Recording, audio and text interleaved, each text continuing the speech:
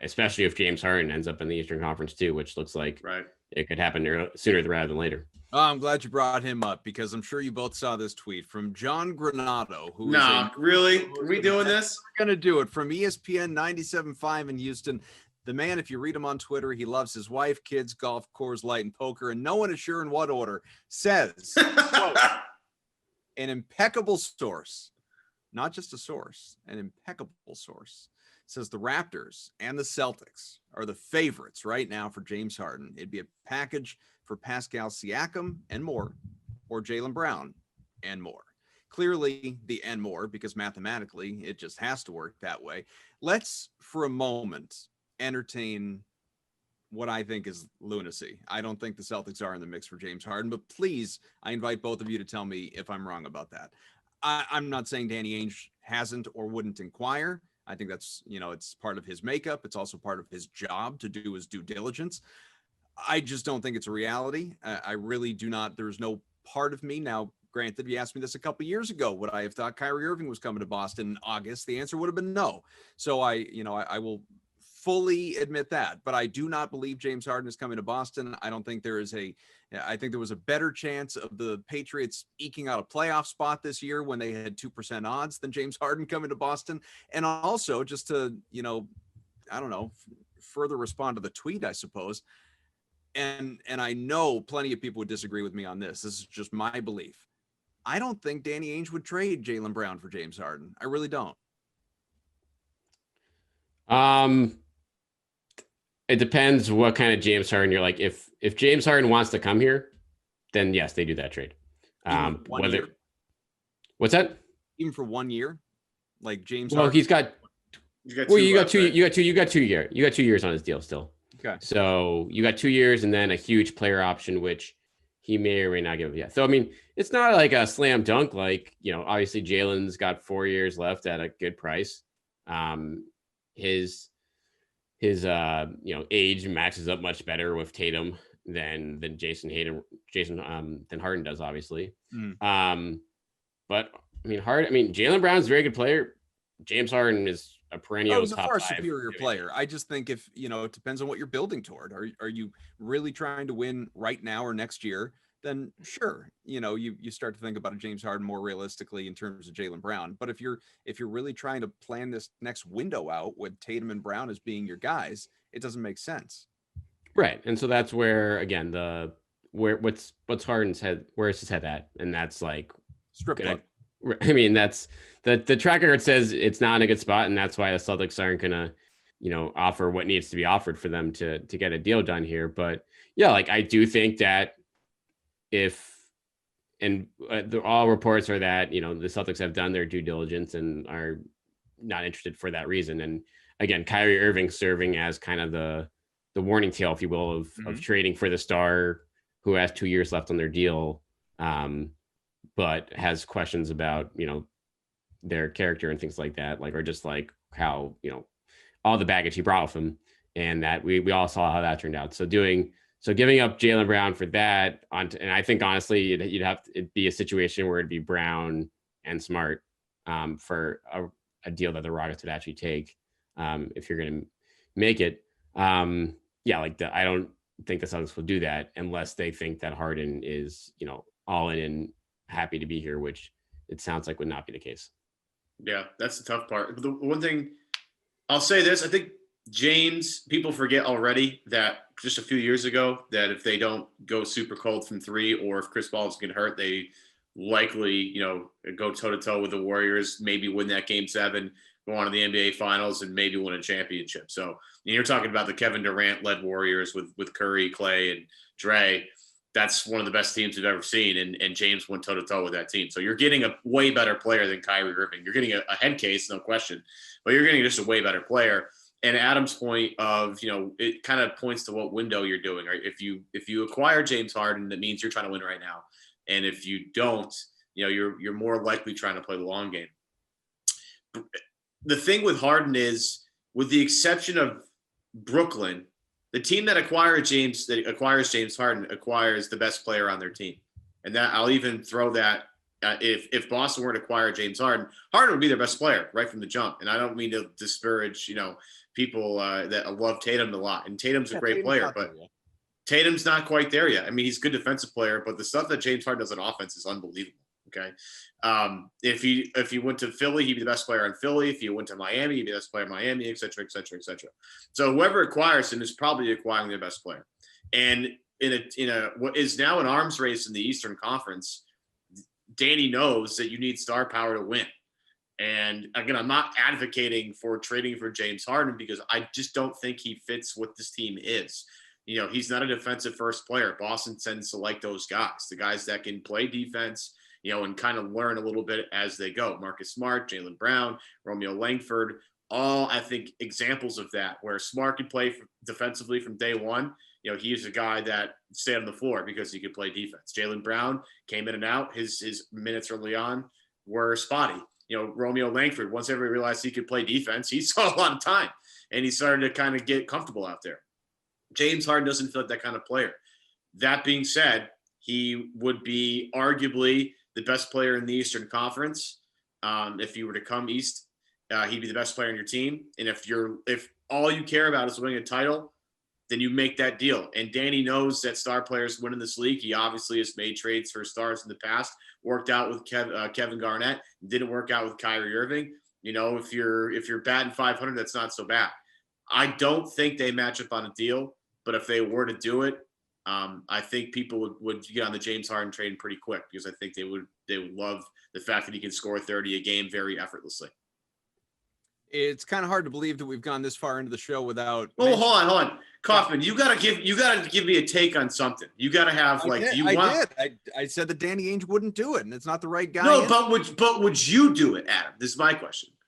No, I don't want James Harden. I think James Harden's a quitter. I think he's one of the greatest offensive players in the history of the NBA. I think he's incredibly lackadaisical, and the give a bleep meter is very low when it comes to the defensive side of the ball. I think that he had a lot of talent around him in Houston, not to say that they were up to the level of the, Golden States and some of the teams they had to compete with. Daryl Morey built those teams as best he could. He had a lot of talent around him, Russell Westbrook included, another prima donna, obviously, but, he couldn't never mind his game. His game was fine. He couldn't take the team to the next level. There are aspects of his game I can't stand, which are today's NBA in general. Like I just have no desire as a fan, like as a viewer of basketball on a daily basis.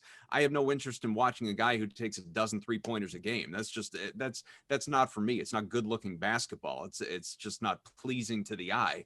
But obviously he hits a good chunk of them and he shoots a good percentage and he's going to keep doing it and he would keep doing it even if he didn't. I just don't. When I think about culture, when I think about influence, impact, grooming Tatum for, his next steps and plenty of people were panicked by the idea of Tatum learning at the heels of Kyrie Irving. Well, I kind of feel the same way about James Harden.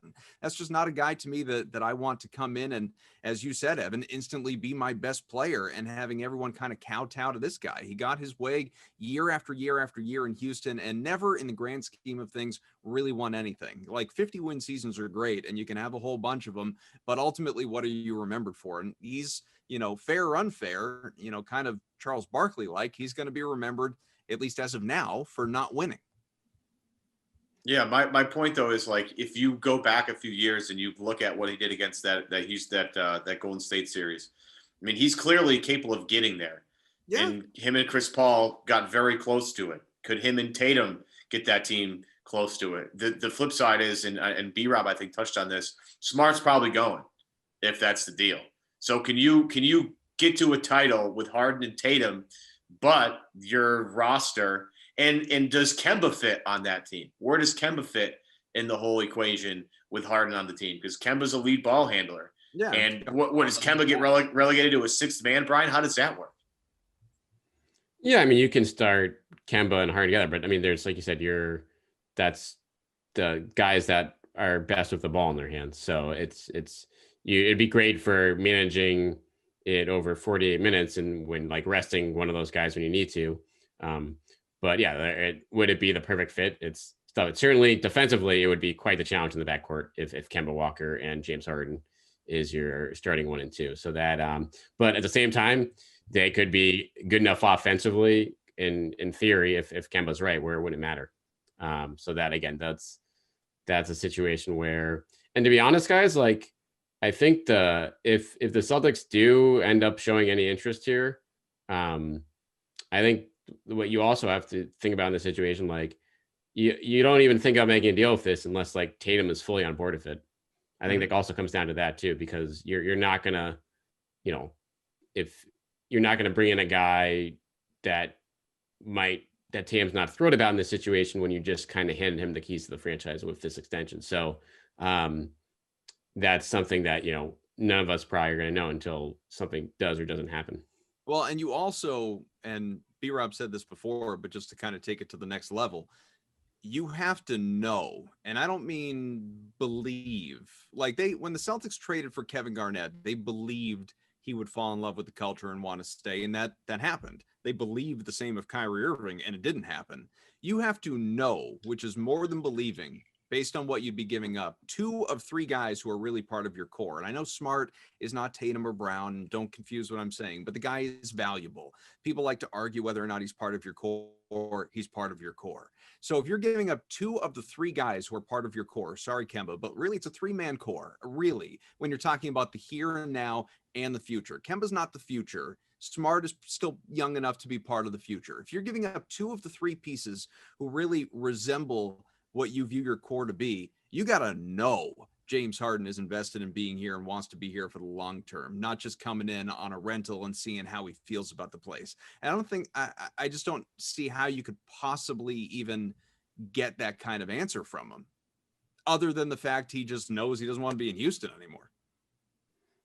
Yeah, I mean, that would be something where you have to, behind the scenes, figure that out, talk to the right people through intermediaries, and then figure out where he stands on it. And I have no doubt if the Celtics have real interest, like they'll do that. I mean, with Garnett, it was a totally different situation. Like they got an extension as they traded for him. So that was, he was signed, sealed, and delivered. That's not going to be possible here based on Harden's current contract. You're not going to be able to tack on more years. So you're going to be going on it like kind of flying blind like they were with Kyrie. And you're talking about, if you're going to compare KG and James Harden, I mean, you're talking about a guy, Kevin Garnett, who might be the most loyal guy in like an NBA history, or at least in recent memory. Yeah. That guy is loyal to probably several faults. Anything. Right. He does. Yeah. But, you can't compare those guys. That's just from a contractual comparison. Yeah. It's just different. But you're right though. You have to, when you trade for James Harden, you're mortgaging several things. You might be mortgaging your culture along with it. Right. And in trading Marcus Smart, you're trading a ginormous part of the culture. Like Smart's the longest tenured Celtic at this point. And it feels a little weird to say that, but also we've grown with him a little bit. But he brings that same, sort of defensive intensity that KG brought when he changed everything, back in 2008. So you're losing a big part of your culture when you trade Marcus Smart. And I think the Celtics really value that. And again, I love James Harden. I'm like one of the few people that enjoys watching him play because I like the chess match that he brings. Some of the stuff that he does drives me absolutely crazy, but I understand he's a very talented player. But at the end of the day, I don't think Boston should do this. And I've waffled on this, and I will admit this, and I've waffled on this. At first, I was all for this because I thought, James Harden coming over is just from a talent perspective is a no-brainer. But some of the stuff that you see from a chemistry standpoint, and is he the right fit? Like things that Boston actually should care about, you have to consider. And when you factor all that stuff in, I just think I think it's a bad fit for James Harden. I think wherever he goes, unless he goes to maybe Brooklyn, which I am praying to the basketball gods, the Kyrie for James Harden trade happens because it will melt down the internet. The internet will melt down. No, you can't. No, because if Brooklyn can't be any offer that Philly throws out there unless they put Kyrie on the table. You're not. Ben Simmons is just a much more attractive piece than anything that Brooklyn has to offer unless it's Kyrie. And even then, I still think I want Ben Simmons more than I want Kyrie Irving because I think I can build a much better team around Simmons than I can Kyrie Irving. But if it's financially whatever, and if you're Tillman Fertitta trying to get, some sort of financial advantage and maybe save some money, maybe the Kyrie thing's a thing. But I would absolutely die if at the end of the day Kyrie gets traded for James Harden, because the internet and Twitter it'll be the best day in Twitter history. I guarantee it. Here comes another media blackout by Kyrie Irving. Love it.